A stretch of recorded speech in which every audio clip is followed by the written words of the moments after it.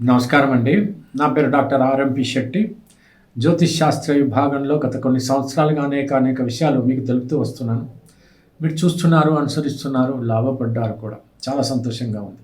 అయితే ఒక చిన్న రిక్వెస్ట్ ఏంటంటే, ఈ ఛానల్కి సబ్స్క్రైబ్ చేస్తూ షేర్ చేయడానికి ప్రయత్నించండి. బెల్ ఐకాన్ నొక్కండి. ఏదైనా ఉంటే కామెంట్లో పెట్టండి, నేను రెస్పాండ్ అవ్వడానికి ప్రయత్నిస్తాను. అటువంటి పరిస్థితిలో ఏమిటంటే మ్యూచువల్ అండర్స్టాండింగ్, మీరు బాగుపడాలి, తర్వాత మాకు ఉత్సాహం కలగాలి. అటువంటి పరిస్థితుల్లో మనం ఈ ఛానల్ని మనదిగా భావించి ఎంకరేజ్ చేస్తే కనుక మన ఇద్దరం కూడా ఫలితాలను అద్భుతంగా పొందుతా అన్నటువంటి విషయం మీరు అర్థం చేసుకుంటే మేము ధన్యులం అవుతాం. తర్వాత మూడో విషయం ఏంటంటే, ఆగస్టు మాసం వచ్చేస్తుంది. ఆగస్టు మాసంలో మరి సింహరాశి వారికి మాస ఫలితం ఎలా ఉంటుందో వివరిస్తున్నాను, జాగ్రత్తగా వినండి. ఈ సింహరాశి వాళ్ళకు కనుక తీసుకున్నట్టయితే ఏమవుతుందనంటే, రాహుకేతువుల మధ్యన సింహరాశి ఉంటుంది.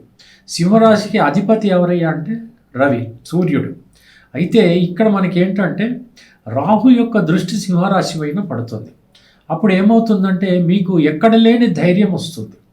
ఎక్కడ లేని ధైర్యం రావటం మంచిదే, కాకపోతే అది నెగటివ్ ఆస్పెక్ట్స్లో ఉండకూడదు, పాజిటివ్గా ఉండాలి. అటువంటి పరిస్థితుల్లో మీరు ఏ కార్యాన్నైనా మీరు సిద్ధింప చేసుకునేటువంటి అవకాశాలు మీకు ఉంటాయి. కేతు ఉన్నాడు కాబట్టి ప్రతిరోజు వినాయకుడిని మాత్రం పూజించడం మర్చిపోవద్దు. సింహరాశి వాళ్ళు ఏంటంటే ధర్మ యుద్ధమే చేస్తారు. కాకపోతే ఏమిటంటే ఈ రాహు వల్ల మైండ్ కొంచెం నెగటివ్గా వెళుతూ ఉంటుంది. దాన్ని మీరు కంట్రోల్ పెట్టుకోవాలి. ఆగస్టు మాసంలో అత్యంత అద్భుతమైనటువంటి ఫలితాలని మీరు పొందొచ్చు. ఆర్థికపరమైనటువంటి పరిస్థితులు ఎలా ఉంటాయనంటే, ఇదివరలో ఏదైనా ఆర్థికంగా సమస్య ఉందనుకోండి, అది చక్కదిద్దుకునేటువంటి పరిస్థితులు, మీరు సంపాదించుకునేటువంటి స్థితిగతులు ఏర్పడతాయి. ఇకపోతే కొత్తగా ఏదైనా వ్యాపారాలు ప్రారంభించాలి అని అనుకుంటున్నటువంటి వాళ్ళు తప్పకుండా ప్రారంభించండి. అయితే భాగస్వాములను కలుపుకోవాలి అంటే మాత్రం బాగా పూర్వాపరాలు అన్నీ కూడా మీరు శ్రద్ధగా పరిశీలించాలి. ఆ తర్వాత మాత్రమే వాళ్ళని కలుపుకొని మీరు వ్యాపారాలు ప్రారంభించాలి. మీకు అర్హత ఉండి అనుభవం ఉన్నటువంటి ఆ వ్యాపారాలనే మీరు ప్రారంభించటం అనేటువంటిది మంచిది. ఈ మాసం అంతా బాగానే ఉంది. మీరు చేయాల్సిందంటే తెలివిగా మీరు కార్యక్రమాలు చేసుకోవటం. కోపం, ఉద్రేకం మాత్రం ఎట్టి పరిస్థితుల్లో పనికిరాదు. ఎంచేతనంటే ఈ రాహు ఏం చేస్తాడంటే మిమ్మల్ని ఊరికే అలాగా పించింగ్ కొడుతూ ఉంటాడు.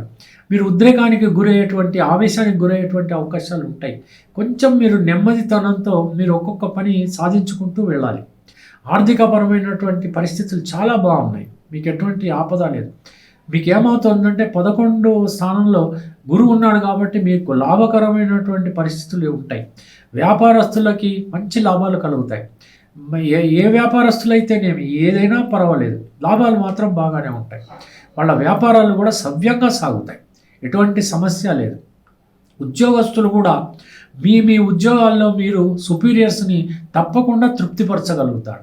మీ సబార్డినేట్స్ మీ మాట ఖచ్చితంగా వింటారు. ఏదైనా ప్రమోషన్స్ రావాల్సి ఉంటే, పెండింగ్ ఉంటే అవి వచ్చేటువంటి అవకాశాలు ఖచ్చితంగా ఉన్నాయి.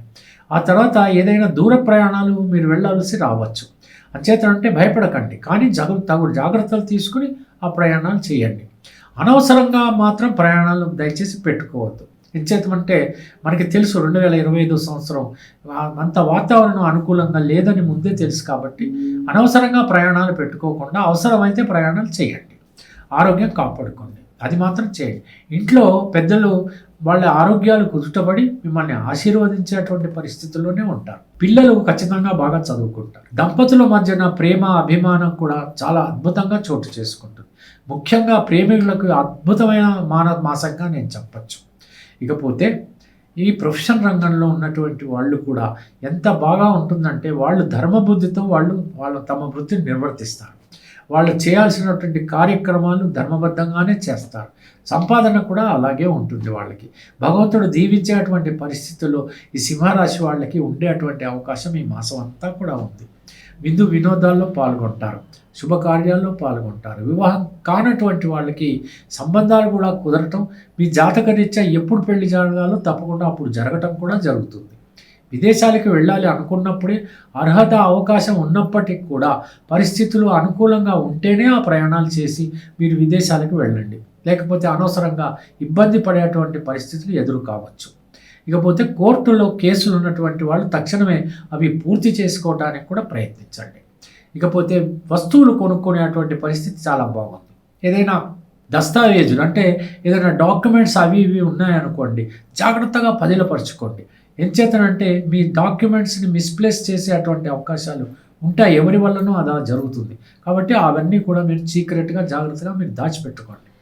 ఏదైనా ప్రాపర్టీ కొనాలనుకుంటే చక్కగా అవన్నీ కరెక్ట్గా చూసుకుని మీరు ప్రాపర్టీ కొనేటువంటి అవకాశాలు కూడా మీకు లభిస్తాయి. మీ మైండ్ పనిచేస్తుంది. తర్వాత ఏదైనా ముఖ్యమైనటువంటి విషయాలు ఉంటే మాత్రం దయచేసి ఎవరికి చెప్పకండి. ఎప్పుడూ కూడా ఈ సింహరాశి వాళ్ళకి ఒక ప్రాబ్లం ఉంటుంది. ఏంటంటే గుప్త శత్రువులు ఉంటారు, మిమ్మల్ని వెన్నుపోటు పొరిచేటువంటి అవకాశాలు ఉంటాయి. మీ పక్కన ఎంత దూరం ప్రయాణం మీతో పాటు చేసినప్పటికీ కూడా ఒక కంట కనిపెడుతూ ఉండాలి. లేకపోతే మీరు తీవ్రంగా దెబ్బతినేటువంటి అవకాశం వాళ్ళ వల్ల కలుగుతుంది. ఎట్టి పరిస్థితుల్లోనూ అందరినీ నమ్మినట్టే ఉండాలి, కానీ మీ జాగ్రత్తలో మీరు ఉండాలి. ఇది మాత్రం మీరు దయచేసి అర్థం చేసుకోండి. ఒకవేళ మీరు ఇదివరలో ఏదైనా రుణాలు ఇచ్చి ఉంటే, అది మొండి రుణాలు అయ్యి ఉంటే, అవి ఈ మంత్ మాత్రం మీరు రాబట్టుకునేటువంటి అవకాశాలు మీకు ఖచ్చితంగా కలుగుతాయి. ఇకపోతే మరో విషయం ఏంటంటే ఆరోగ్యం విషయంలో మాత్రమే జాగ్రత్తగా ఉండాలి. ఆరోగ్యం విషయం అంటే మనకి కావలసినటువంటి రీతులు ఉన్నాయి, మందులు దొరుకుతాయి. కానీ ఖచ్చితంగా మీరు ఆ యొక్క హనుమాన్ చాలీసా చదివినట్టయితే మీకు ఆత్మస్థైర్యము, ఆరోగ్యము రెండూ కలుగుతాయి.